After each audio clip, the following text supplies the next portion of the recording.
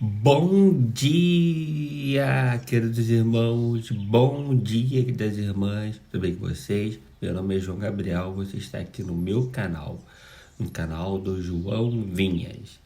Dê o like, compartilhe esse vídeo, se inscreva no canal, ative o sininho das notificações. Deixe aqui nos comentários seu pedido de oração, que eu vou gostar muito de orar com você e por você. Vamos para a nossa leitura bíblica diária. 2 Timóteo 3 e 4. 2 Timóteo 3 e 4.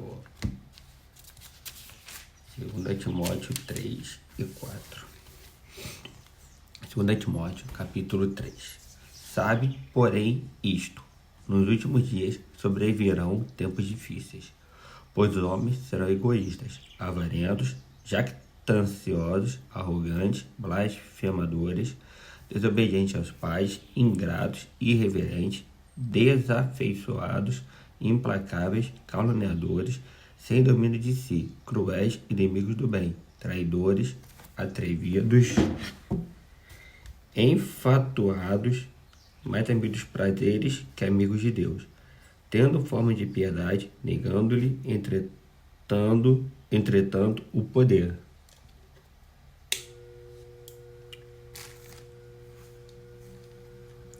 Foge também destes, pois entre estes se encontram os que penetram sorrateiramente nas casas e conseguem cativar mulherinhas sobrecarregadas de pecados, conduzidas de várias paixões, que aprendem sempre e jamais podem chegar ao conhecimento da verdade. E, do modo o que Janes e Jambres resistiram a Moisés, também estes resistem à verdade.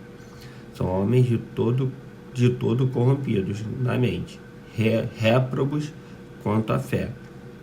Eles, todavia, não irão avante, porque a sua insensatez será a todos evidente, como também aconteceu com a daqueles. Tu, porém, tens seguido de perto o meu ensino, procedimento, propósito, fé, longanimidade, amor, perseverança. As minhas perseguições e os meus sofrimentos, quais me aconteceram em Antioquia, Icônio e Listra, que variadas perseguições tenho suportado. De todas, entretanto, me livrou o Senhor. Ora, todos quantos querem viver piedosamente em Cristo Jesus serão perseguidos, mas os homens perversos e impostores irão de modo pior, enganando e sendo enganados. Tu, porém, permanece naquilo que aprendeste e de que foste inteirado, sabendo de quem o aprendeste, e que, desde a infância, sabes as sagradas letras, que podem tornar-te sábio para a salvação pela fé em Cristo Jesus. Toda a Escritura é inspirada por Deus e útil para o ensino, para a repreensão, para a correção, para a educação na justiça, a fim de que o homem de Deus seja perfeito e perfeitamente habilitado para toda boa obra. 2 Timóteo, capítulo 4. Conjuro-te perante Deus e Cristo Jesus, que há de julgar vivos e mortos, pela sua manifestação e pelo seu reino. No quer não, corrige, repreende, exorta com toda longanimidade e doutrina, pois haverá tempo em que não suportarão a sã doutrina. Pelo contrário, cercar-se-ão de mestres segundo as suas próprias cobiças, como que sentindo coceira nos ouvidos, e se recusarão a dar ouvidos à verdade, entregando-se às fábulas. Tu, porém, se sóbrio em todas as coisas, suporta as aflições, faz o trabalho de evangelista, cumpre cabalmente o teu ministério. Quanto a mim, estou sendo já oferecido por libação, e o tempo da minha partida é chegado. Combati o bom combate, completei a carreira, guardei a fé. Já agora a coroa da justiça me está guardada, a qual o Senhor, reto juiz, me dará naquele dia, e não somente a mim, mas também a todos quantos amam a sua vinda. Procura vir ter comigo depressa, porque Demas, tendo amado o presente cego, me abandonou e se foi para Tessalônica. Crescente foi para a Galácia, Tito para Dalmácia. Somente Lucas está comigo. Toma contigo Marcos e traze-o, pois me é útil para o ministério. Quanto a Tíquico, mandei-o até Éfeso. Quando vieres, traze a capa que deixei em Troade, em casa de Carpo, bem como os livros, especialmente os pergaminhos. Alexandre, o latoeiro, causou-me muitos males. O Senhor lhe dará a paga segundo as suas obras. Tu guarda-te também dele, porque resistiu fortemente às nossas palavras. Na minha primeira defesa, ninguém foi a meu favor, antes todos me abandonaram, que isso não lhe seja posto em conta. Mas o Senhor me assistiu e me revestiu de forças, para que, por meu intermédio, a pregação fosse plenamente cumprida, e todos os gentios a ouvissem. E fui libertado da boca do leão. O Senhor me livrará também de toda a obra maligna e me levará salvo para o seu reino celestial. A ele glória pelos séculos dos séculos. Amém. Saúda Prisca e Áquila e a casa de Onesíforo. Erasto ficou em Corinto. Quanto a Trófimo, deixei-o doente em Mileto. Apressa-te a vir antes do inverno. Eubulo te envia saudações.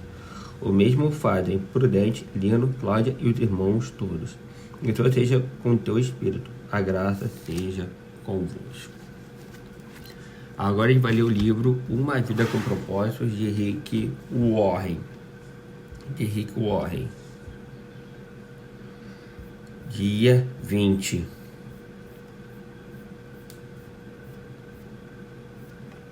Restaurando a comunhão. Deus restaurou o nosso relacionamento consigo mesmo, por meio de Cristo, e nos deu o ministério de restaurar relacionamento. 2 Coríntios 5:18. 2 Coríntios 5:18.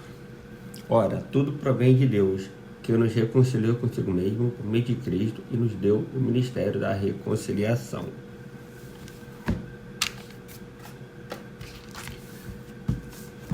Sempre vale a pena restaurar relacionamentos. Uma vez que a vida consiste em aprender a amar, Deus quer que valorizemos relacionamentos e nos esforcemos para mantê-los, em vez de descartá-los sempre que houver desacordo, mágoa ou conflito. Na verdade, a Bíblia diz que Deus nos deu o ministério de restaurar relacionamentos. Por esse motivo, boa parte do Novo Testamento é dedicada a nos ensinar como lidar uns com os outros. Paulo aconselha: vocês receberam algo bom por seguir a Cristo? Se o amor dele fez alguma diferença na vida de vocês, se estar numa comunidade do Espírito significa algo para vocês, se vocês têm um coração, vocês se importam uns com os outros, façam-me um favor. Concordem um com o outro, amem um ao outro, sejam amigos de verdade. Paulo ensina que a habilidade no trato com as pessoas é um dos traços do cristão maduro. O desejo de Cristo é que sua família seja conhecida pelo amor entre seus membros. Por isso, romper a comunhão é um testemunho deplorável para os não cristãos. Esse foi o motivo de Paulo ficar tão envergonhado quando os membros da igreja de Corinto se dividiram em facções opostas, chegando até mesmo a brigar na justiça comum. Em sua carta, ele lamenta: que vergonha! Será que entre vocês não existe alguém com bastante sabedoria para resolver uma questão entre irmãos?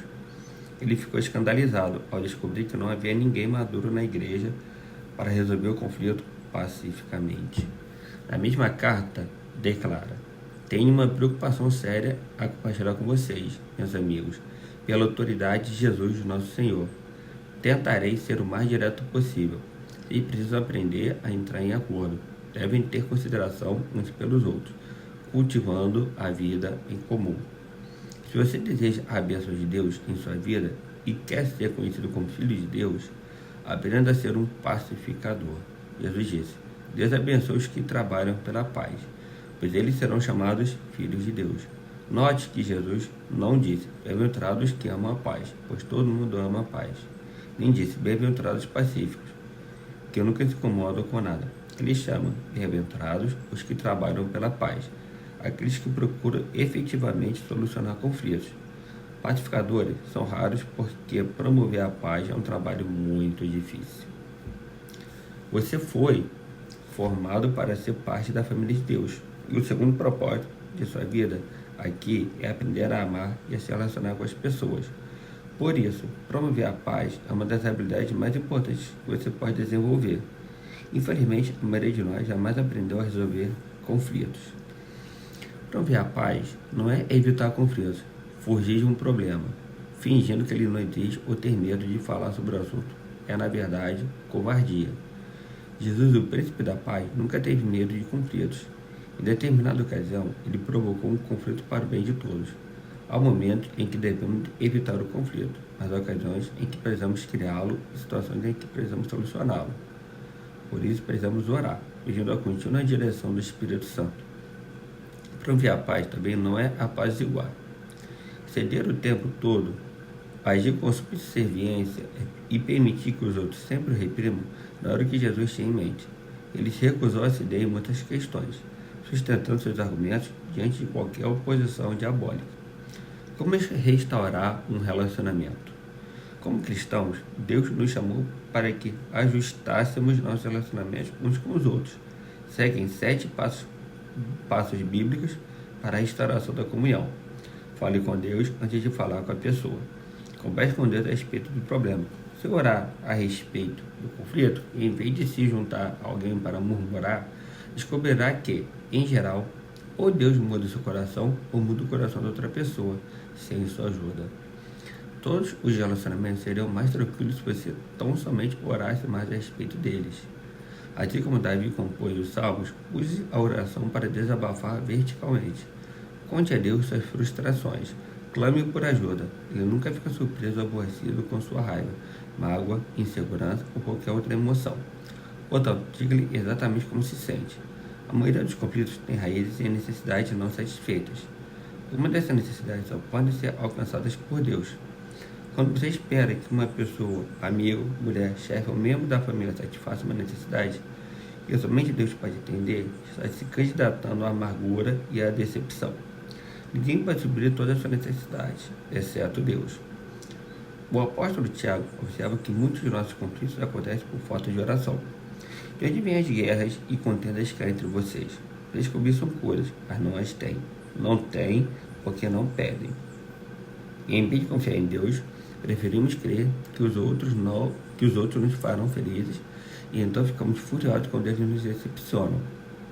Deus, porém, está dizendo: por que você não vem primeiro a mim? Tome sempre a iniciativa. Não importa se você ofendeu ou foi ofendido, eu espero que você dê o primeiro passo. Não espere pela outra parte, vá primeiro a ela. Restaurar a comunhão perdida é tão importante que Jesus lhe deu precedência até mesmo sobre o culto de adoração. É assim que eu quero que vocês se conduzam. Se alguém estiver no local do culto, prestes a fazer uma oferta e de repente lembrar de que um amigo tem algum sentimento contra ele, deixe de lado a oferta, saia imediatamente procure um amigo e conserte a situação. Depois de fazer isso, então poderá voltar e oferecer seu culto a Deus. Quando a comunhão é prejudicada ou rompida, planeje imediatamente uma conferência de paz. Não fique adiando, arrumando desculpas, nem prometendo. Resolve isso qualquer dia desses. Programe o encontro o mais rápido possível. Demoras só aprofundam os sentimentos e piora a situação. Quando se trata de conflitos, o tempo não cura nada. Pelo contrário, as mágoas tornam-se mais profundas. Agir rapidamente também evita que os danos espirituais sejam maiores. A Bíblia diz que o pecado, incluindo os conflitos não resolvidos, bloqueia a comunhão com Deus e impede que as orações sejam respondidas, além de nos tornar infelizes. Os amigos de Jó lembraram-no de que ficar desgostoso e amargurado é loucura, é falta de juízo que leva à morte.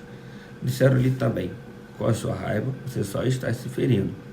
Normalmente, o sucesso de uma conferência de paz depende da escolha do momento do local adequado.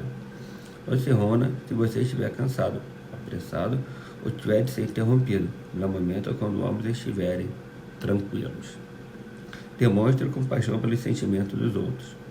Use mais os ouvidos que a boca. Antes de procurar solucionar qualquer desavença, você deve primeiro levar em consideração os sentimentos das pessoas. Paulo aconselha que ninguém procure somente seus próprios interesses, mas também os dos outros. O verbo procurar é a tradução do grego skopos, do qual formamos as palavras telescópio e microscópio. Significa estar alerta, observar. Concentre-se em seus sentimentos, não nos fatos. Comece pela compaixão, não pela solução do problema. Deus espera que você dê o primeiro passo. Não comece tentando arrancar das pessoas o que elas sentem. Ouça-as apenas, deixando que se descarreguem emocionalmente sem ficar na defensiva. Concorde com a cabeça, sinalizando que compreende, mesmo que tenha outra opinião. Os sentimentos nem sempre são verdadeiros ou lógicos. Na verdade, os sentimentos nos fazem agir e pensar como tolos. Davi admitiu certa vez: meu coração estava cheio de amargura e eu fiquei revoltado. Eu não podia compreender, ó Deus, era como um animal sem entendimento. Todos agimos com bestas feras quando estamos feridos. Em contrapartida, a Bíblia diz: sabedoria do homem lhe dá paciência, sua glória ignorar as ofensas.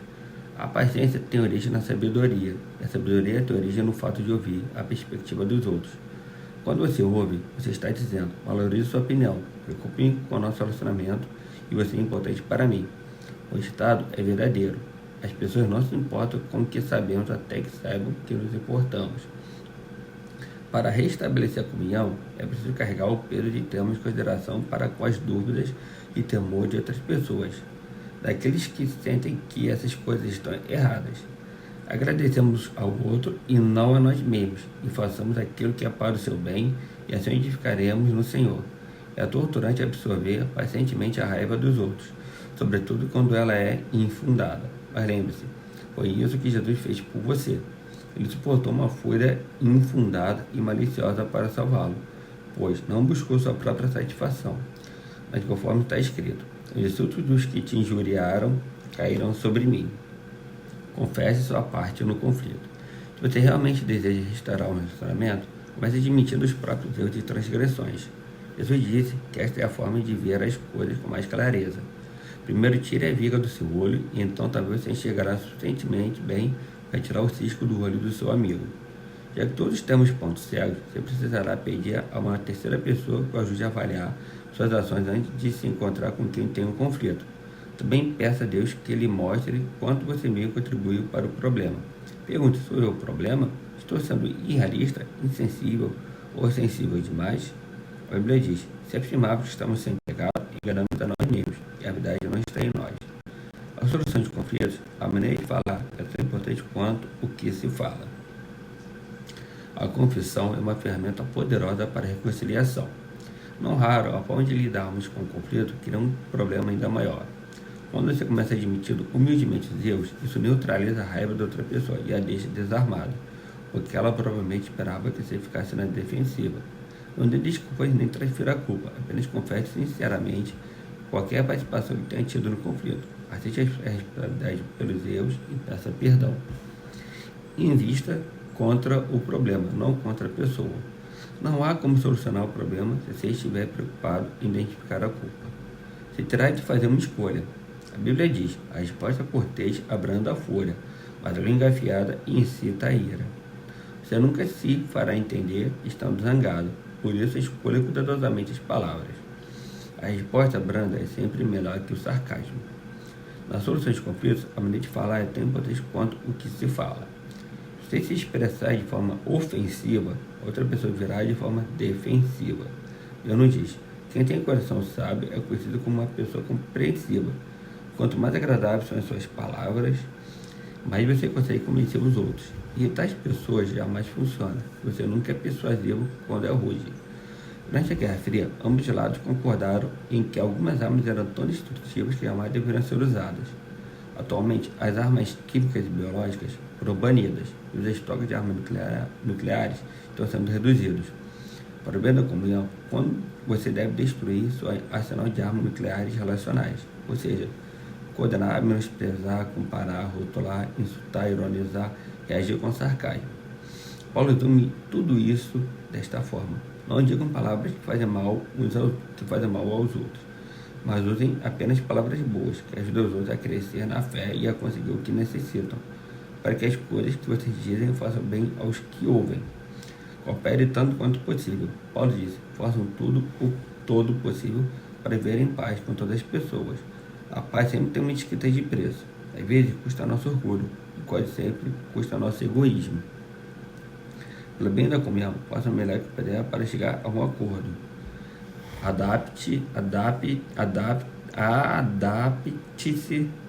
aos outros e mostre preferência pelas suas necessidades, pelas necessidades deles. Uma paráfrase da sétima bem-aventurança de Jesus diz: abençoados são vocês que conseguem mostrar que cooperar é melhor que brigar ou competir. Desse modo, irão descobrir quem vocês realmente são e o lugar que ocupam na família de Deus. Enfatiza a reconciliação, não a solução. É ilusão esperar que todos concordem a respeito de tudo. A reconciliação atém-se ao relacionamento, já a solução está vinculada ao problema. Quando focamos a reconciliação, o problema perde importância e, não raro, se torna irrelevante. Podemos restabelecer um relacionamento mesmo quando somos incapazes de resolver nossas diferenças. Os cristãos muitas vezes têm discordâncias sinceras e legítimas, e de anunciar suas divergências, mas podemos discordar sem ser desagradáveis. O mesmo diamante tem diferentes aspectos quando visto de diferentes ângulos. Deus espera unidade, não uniformidade. Podemos caminhar de braços dados sem concordar em tudo. Isso não significa que você deva desistir de encontrar uma solução. Talvez você precise continuar conversando e até mesmo discutindo, mas faça isso com espírito de harmonia. Reconciliação significa fazer as pazes, não necessariamente esquecer o assunto. A reconciliação atende ao relacionamento, já a solução está vinculada ao problema. Depois de ler este capítulo, com quem você acha que precisa entrar em contato? Com quem você precisa restaurar a comunhão? Não demore mais nenhum segundo. Faça uma pausa agora mesmo e converse com Deus sobre essa pessoa. Em seguida, pega o telefone e comece o processo. Esses 7 passos são simples, mas não são fáceis. É necessário muito esforço para restaurar a comunhão com alguém. Foi por isso que Pedro recomendou: force-se para viver em paz com os outros. Quando se tenta promover paz, está fazendo o que Deus faria. É por isso que os pacificadores são chamados filhos de Deus. Dia 20. Pensão sobre o meu propósito de vida. Tema para reflexão: quem vale a pena restaurar os relacionamentos? Versículo para memorizar: faça tudo possível para viver em paz com todas as pessoas. Romanos 12, 18. Romanos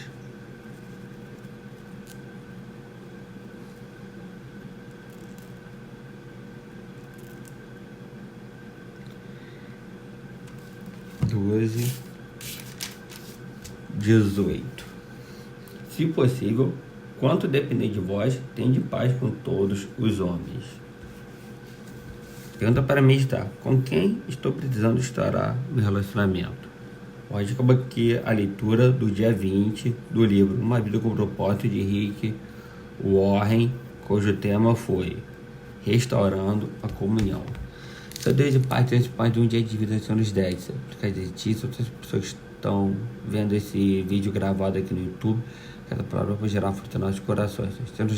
Estão nos ajudando a restaurar a comunhão com aquelas pessoas que a gente rompeu laços. O Senhor está nos ajudando, dando as palavras certas. Esteja me levando em segurança até Maricá, que lá possa passar uma tarde agradável, educação física com os alunos do 2º ano, que eles não possam se machucar, que eles me obedeçam, passar um dia agradável na tua presença. Esteja também com o PGM, que vai acontecer logo mais à noite, que nós podemos aprender mais de ti através da lição de hoje.